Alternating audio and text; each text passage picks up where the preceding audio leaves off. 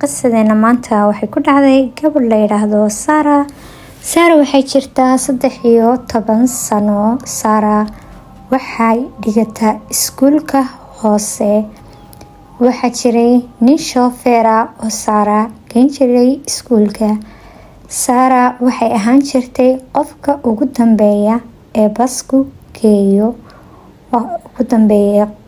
geeyo waayo gurigooga ayaa ugu fogaa. Marka ardayda kale la dajiyo ayaa iyadana la geyn jiray. Waxaa dhacday maalin inuu shofeerkii la baxsado gabadhii yareyd ee Sara. Wuxuu qabsaday wada aan hayn wadadii gurigeega tagaysay. Way la hadashay, waxay ku tiri adeer xageed u socotaa? Wadadani maaha wadadii gurigeyga. Wuxuu iska dhigay waxaan maqlaynin. Way la hadlaysay ilaa uu geysto meel cidla ah oo dhir ah uu geeyo oo falfal xun ku sameeyo gabadhii yareyd. Kadibna uu hanjabo uu yiraahdo haddaad sheegtid way ku dhamaatay. Gabadhii gurigoogii buu ku soo celiyay. Waxa la yiri maxaad ku habsaantay? Ninkiina telefoonkiisa wuu xiran yahay. Isagii baa soo hadlay. Wuxuu ku yiri way seexatay. Markay seexatay anigana waxaan jeclaysan inaan toosiyo. Markii hurdadii ka soo toostay ayaan guriga keenay. Markuu saas yiri ayaa wuxuu aabaheed ku yiri iyo hooyadeed markii hore albaabka ku sugayay. Albaabka markay timid albaabka kula kulmay ayaa yiri aabaheed baa dhahay maxaad la baqanaysaa la gariiraysaa? Ninku wuxuu ku sugayay intaad hurdada ka soo toosaysid ayuu ku sugayay. Imikana gurigii ayuu ku keenay. Gabadha yar dhibteeda iyo waxa ku dhacay cidba ma oga. Sidii laguma ogaan gabadhii. Qolkii bay iska gashay. Qolkii markay iska gashay gabadhii meeshii way iska oyday. Maalintii dhan iska oysay. Cidimay ogaanin. Maalintii dambe ayay soo toostay gabadhii oo muraayad isku fiirisay. Markay muraayad isku fiirisay ay wajiga dhaqdhaqatay haddana meeystiri ayaa waxay aragtay jirkeedii wada nabaraa. Waxay tiri anigu dib dambe iskuul uma tagayo. Markay saas tiri ayaa waxa dhacday inay aabaheedii hooyadeed ku qasbaan iskuulkii oo yiraahdaan maxaa dhacay sababta u tagi lahayd waa maxay? Waxay tiri jinni baan arkaa marka aanu ma tagi karo iskuulkaas. Ardaydii iyo macallimiintii waxa gaadhay inay gabadhani jinni aragto oo inay meeshan waxba ka baran kareynin oo xanuunsanayso. Waxa ay moodeen iyaguna gabadha iskuulka ugu sareysay ahayd gasha number 1ka. Saas darteed waxay moodayeen inay cin ku dhacday oo gabadha meesha laga raacay. Laakiin cidimo oga ilaa imika gabadha dhibta haysata iyo inay dhib ku dhacday. Ayadeed baa ku dhahday maalintii dambe maxaa kugu dhacay? Maxaad la xanaaqsan tahay? Mad xanuunsanaysaa? Markay ayadeed saas tiri maya bay tiri waxa ma qabo dhiba. Caadi weeyaan bay tiri waxa ma qabo madaxa yara xanuunaya. Ayadeed way ka yar shakiday xaaladeeda laakiin cidna ma isdhahayso inay qofkan dee shofeer wax ku soo sameeyay ama dhib. Laakiin gabadhu xoog bay xanuunsan tahay. Xoog bay jirkeedu u dilayahay. Xanuun fara badan baa haya laakiin cid islaam oo darentay ma jiro. Muddo kadib waxa dhacday gabadhii inay uur ku soo baxo. Shaakirkii halkii kuma dhamaan. Gabadhii uur bay yeelatay. Gabadhii yaris tahay iyadoo uur iyo waxaan ma garanayso. Walaaladeed waxay la dhalatay 6 wiil. Wiilasha ayaa markasta dhihi jiray Allah waad cayishay calool ku siihay cuntada iska kala yare. Ayadeed ayaa iyadana aragtay oo dhahday maxaa kugu dhacay? Maxaa caloosha kaaga dhacay? Way ka shakiday. Waxay u geysay dhakhtar. Dhakhtarkii markii u geysay waxa lagu yiri gabadhani waa xaamil uur ayay leedahay. Markii lagu yiri ayay tiri waayo qofka san ku galay. Waxaan isku day doonaa inaan ku qasabno inaad isguursataan oo halkaas sheekada ku xiranto ee ii sheeg. gabadhii yareyd way oyday, way u sheegtay. Gurigii baa la yimiday. Gurigii markii la yimiday, aabihii ayaa maqlay. Markuu ogaaday sheekadii, aabihii oo baaskoolad la ordaya ayaa soo galay oo sheekadii soo maqlay. Waxaa qabtay eeyadeed iyo hooyadeed ayaa ka qabtay oo yidhi ha ku dhagaroobin gabadha yar oo maalintii oo dhan meesha laga celcelinayay. Ulba soo qaatay iyo wixii kasoo horbaxa. Gabadhii gacan buu ka jabiyey. Gabadhii markuu gacan ka jabiyey, adeerkeed ayaa yimiday. Adeerkeed markuu yimiday ayuu wuxuu geeyey dhakhtar. Dhakhtar markuu geeyey, gacantii ayuu kasoo duubay. Gacantii buu soo kabay. Waxay go'aansadeen familigii inay ku noolaato meel cidlo ah, guri cidlo ah oy ayeedeed leedahay oo ku yaala meel buur ah magaaladana ka baxsan. Sidii ay isku raaceen. Waxa dhacday markii saas isku raaceen inay ayeedeed u diyaariso shandadeedii iyo alaabteedii ooy u samayso. Guriga meesha waa meel cidlo ah, waa meel dee kharaabada. Waxay samaysay ayeedeed, waxay ku riday toosh ay ku ifsiinsato wax iyo saacad ay waqtiga ka keento, saacad qadiim oo qof weyn lahaa, iyo raadiyo, alaab qadiim oo dadka waaweyn markii hore isticmaalayeen iyada isticmaalisay ay ugu riday. Laakiin iyada way anfici doonaan hadhow toole, waayo iyada waa qof weyn. Ayada waxay garanaysaa guriga waxa kaga horeeya. Gurigu laydhan ma laha, nal maba lahaba, waana meel cidlo ah. Gabadhii yareyd adeerkeed ayaa meeshii geeyey. Kiyo ooyaya intuu sii waday oo dhan ayay markay nimankii waxay go'aansadeen inay halkaa geeyaan. Aabaheedna wuxuu yidhi intaan ku dhagaroobi lahaa wejigeeda iga libdhiya oo iga kaxeeya, ha ku noolaato meesha. Meeshii ayaa la geeyey. Markii meeshii gabadhii la geeyey ayaa waxaa dhacday inay gabadhii adeerkeed u soo adeego, wax kasta u soo iibiyo si aanay u bixin oo meeshaas ay ugu jirto. Markuu alaabtii u keenay, gurigiibuu 110 quful korka kaga xidhay. Yacni qofku weligii xataa kuma riyoon karo inuu baxsado. Meeshii baa laga yimiday. Maalintii way daalanayd. Habeenka casar bay tageen.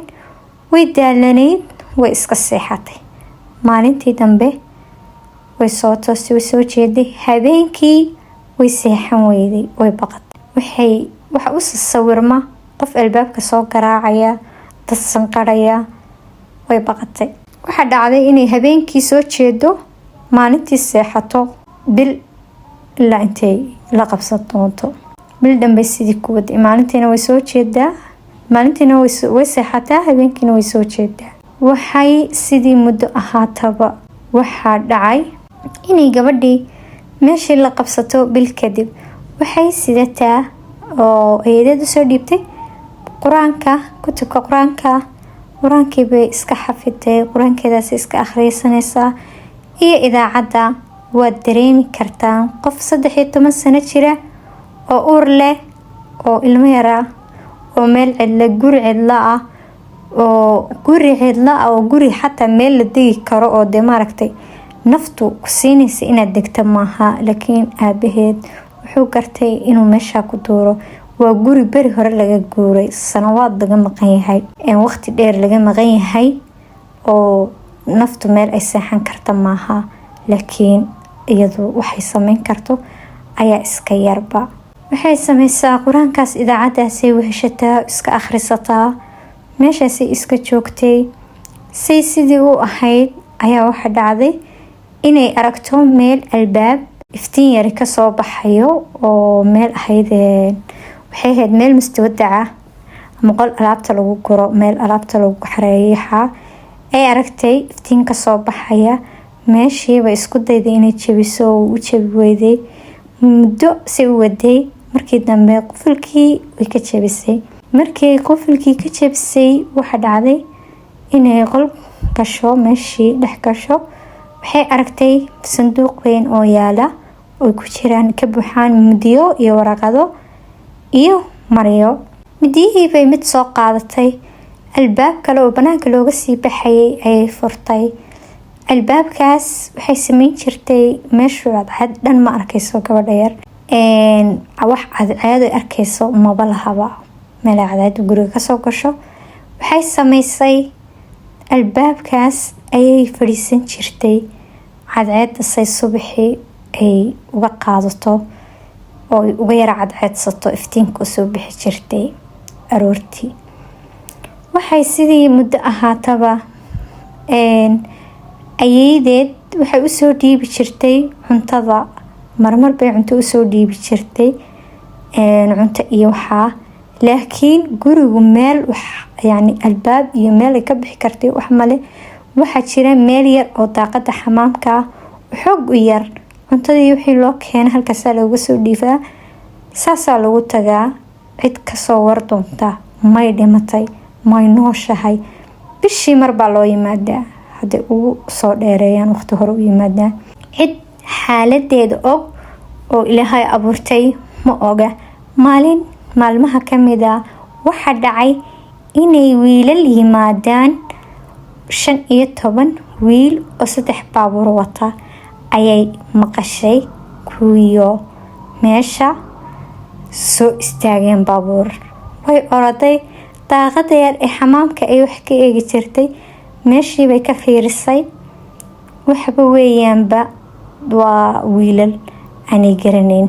waxay moodeysay reerkoogii oo moodeysay inay ka kaxaynayaan meeshuu mashaakilkii dhammaaday, way ku heshiiyeen inay kaxeeyaan.